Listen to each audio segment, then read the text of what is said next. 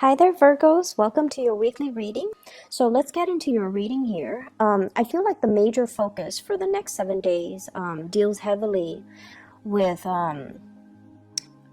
cooperation. Okay, I feel like you have somebody in your midst that is a little bit difficult to compromise with and to work with.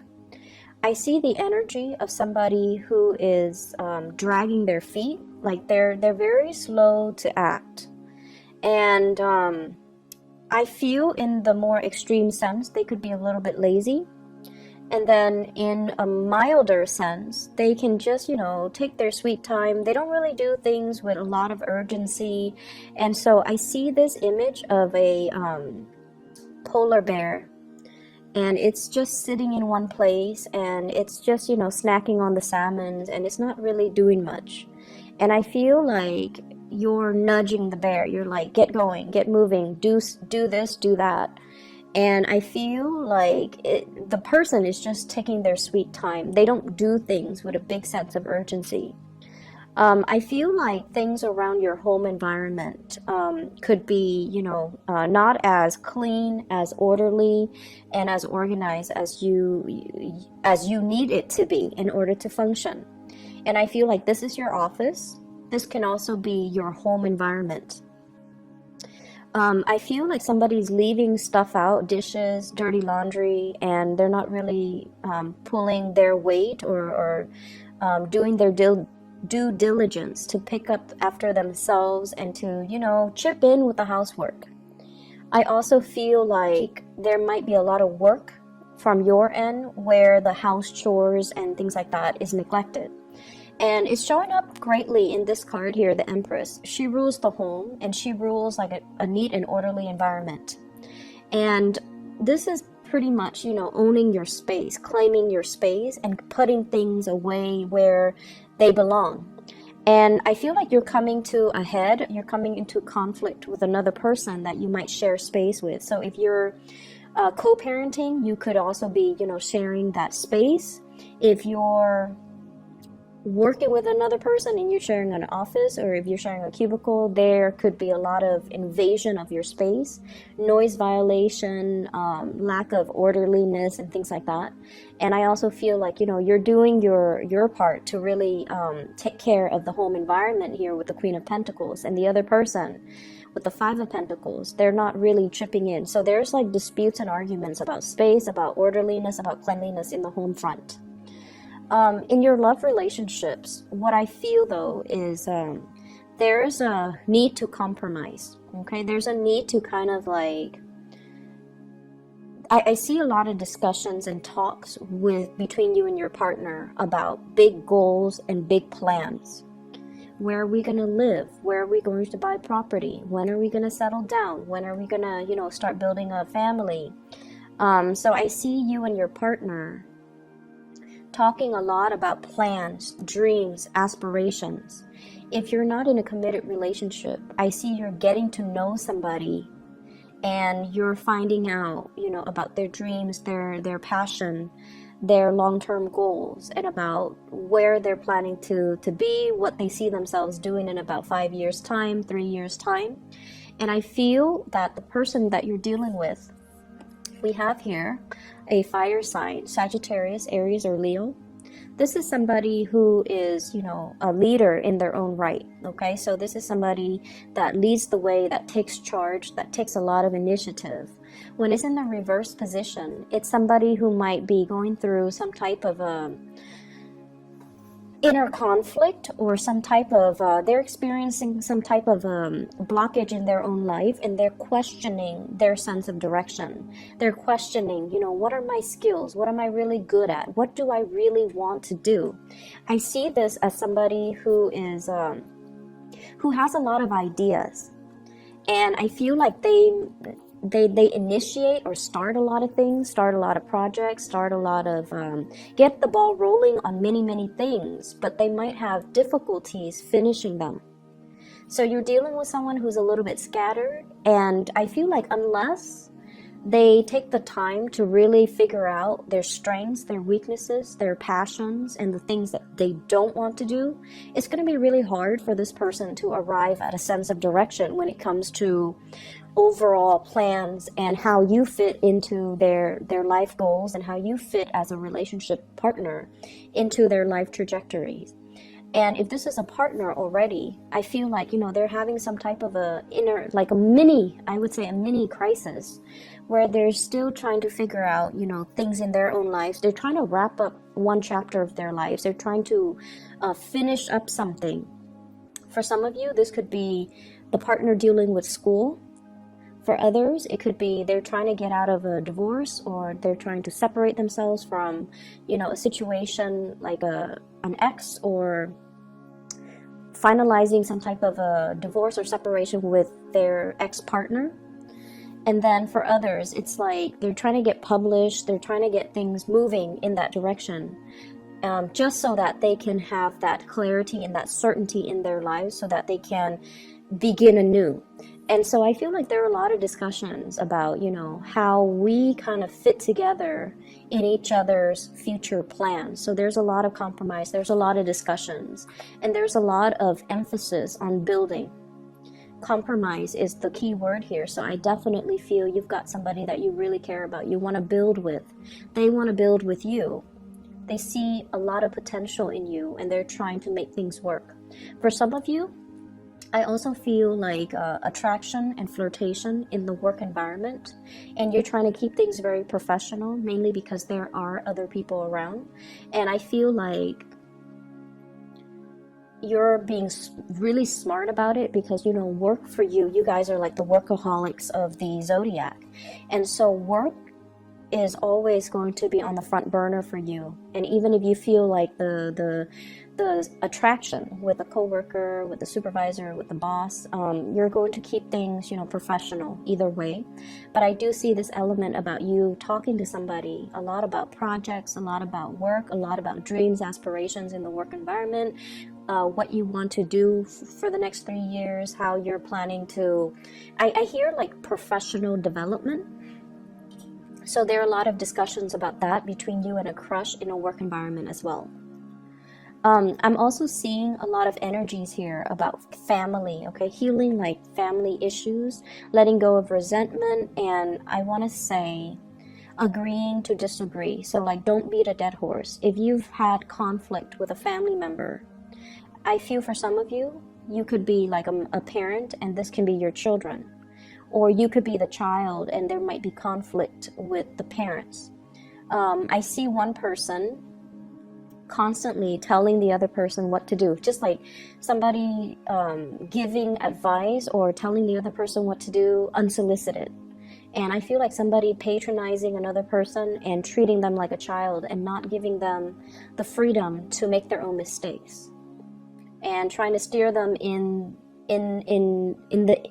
the direction that you want to go rather than in the direction that they want to go. So this can be you to a child or a parent to you. So I feel like a lot of that, there's like resentment.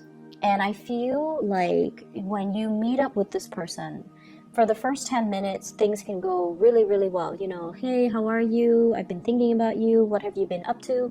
And then past that 15-minute mark, conflict starts to arise. They would say something and you feel like it's a criticism, or you feel like it's you feel like it's kind of like them digging at you. But I don't feel that it's meant to be that way. I feel like they're just very concerned.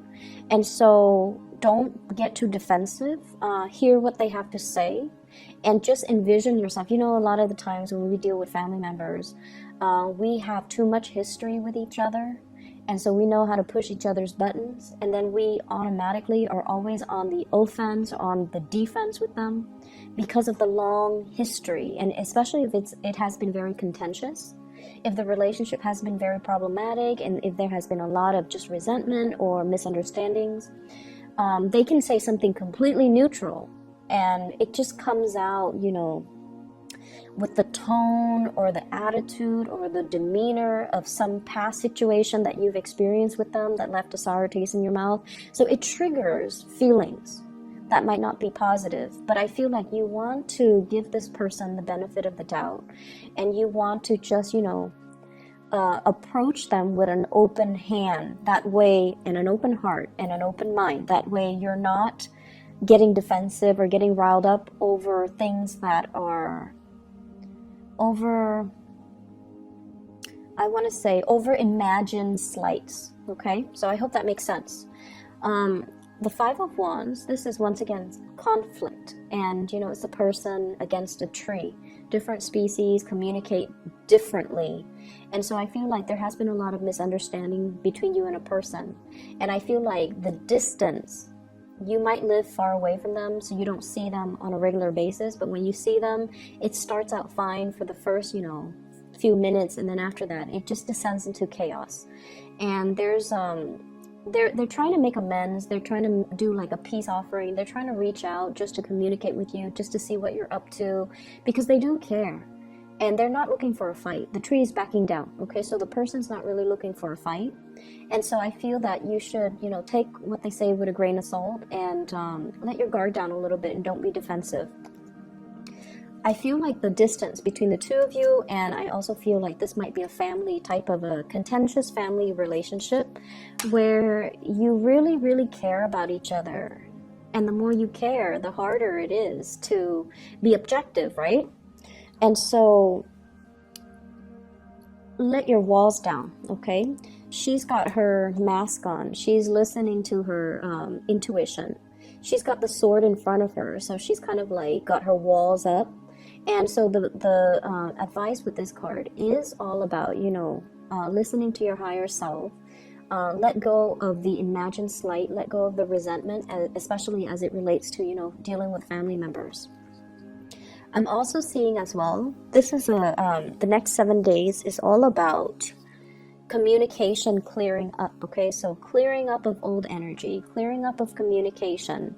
You're talking to another person about plans for travel, and it is the holiday season here in the US. So I feel like there are a lot of travel arrangements, a lot of plans being hatched out between people. I'm going to come to see you. When are you available? And I see many of you are taking the time to see parents, which is great. Many of you are taking the time to host family gatherings, even offering up your space so that other people can come into your space. And I feel like in the spirit of opening up your space, opening up your home, opening up your heart, opening up your hands, I feel like it can be very conducive for healing and for, breakthroughs in communication. And especially if you're dealing with somebody that has been very, very difficult to read and difficult to reach, I feel that it's going to work itself out and it's going to be resolved very wonderfully.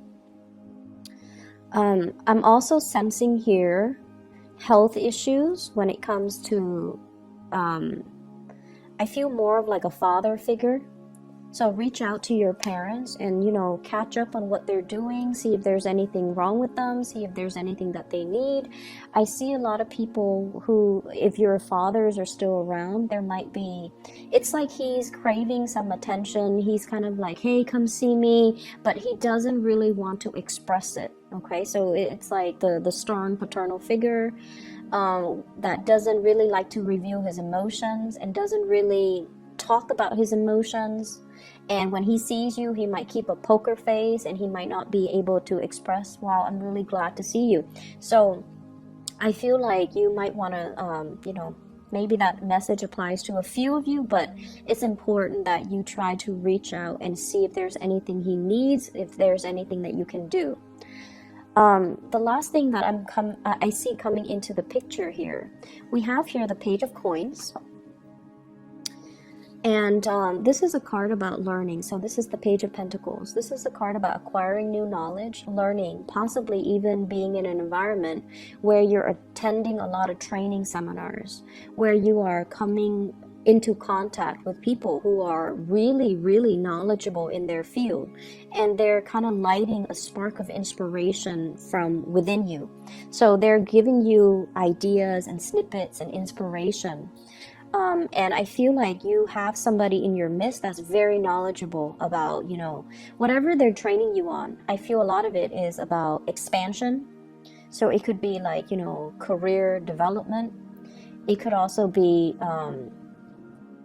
like financial planning, taking control of your financial future, how to accumulate more money, how to invest. You're doing some type of a course. You're doing some type of learning, and I feel like whatever you're learning, I see you with a group of people that you really get along with, that you really enjoy their company, and everyone is there to build something, to learn something, and to get something out of it, to make the most of the situation. And with this situation, I feel like whatever you put in is what you're going to get out. So I feel like there are a lot of activities for group work. I also feel like you're going to come away with it, from it, with a lot of knowledge and a lot of skills to help yourself professionally. I also see this element here about being very, very, like stage fright is what I'm getting.